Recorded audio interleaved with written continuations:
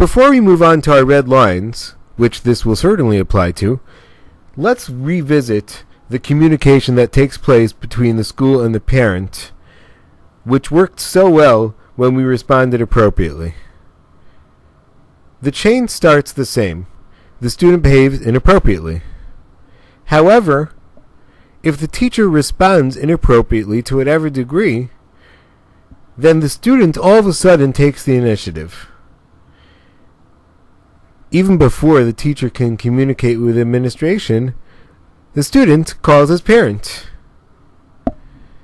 It's now the parent who's contacting the administration to complain.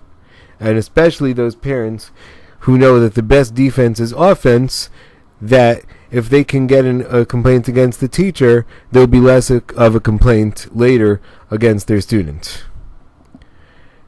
Instead of the parent being on the defensive, it's now the school who is on the defensive, defending the teacher. Now the school has an interesting balance to keep. On one hand, the teacher is their representative and they want to support him. On the other hand, the school has to be very careful. Schools, especially yeshivos, are dependent on community goodwill. An angry parent who says, "So you think it's okay for a teacher to call my son an idiot?" is going to have to tread very carefully. They have to protect their own reputation. They have to walk that fine line between saying, no, of course not. However, you have to understand the circumstance. And what they'll try to do is they'll try to shift the blame to the student and say, your son really pushed our teacher to the edge. The parent now perseveres and says, that may be fine. The teacher is the adult in the room, and the teacher cannot call my son an idiot regardless of what happens.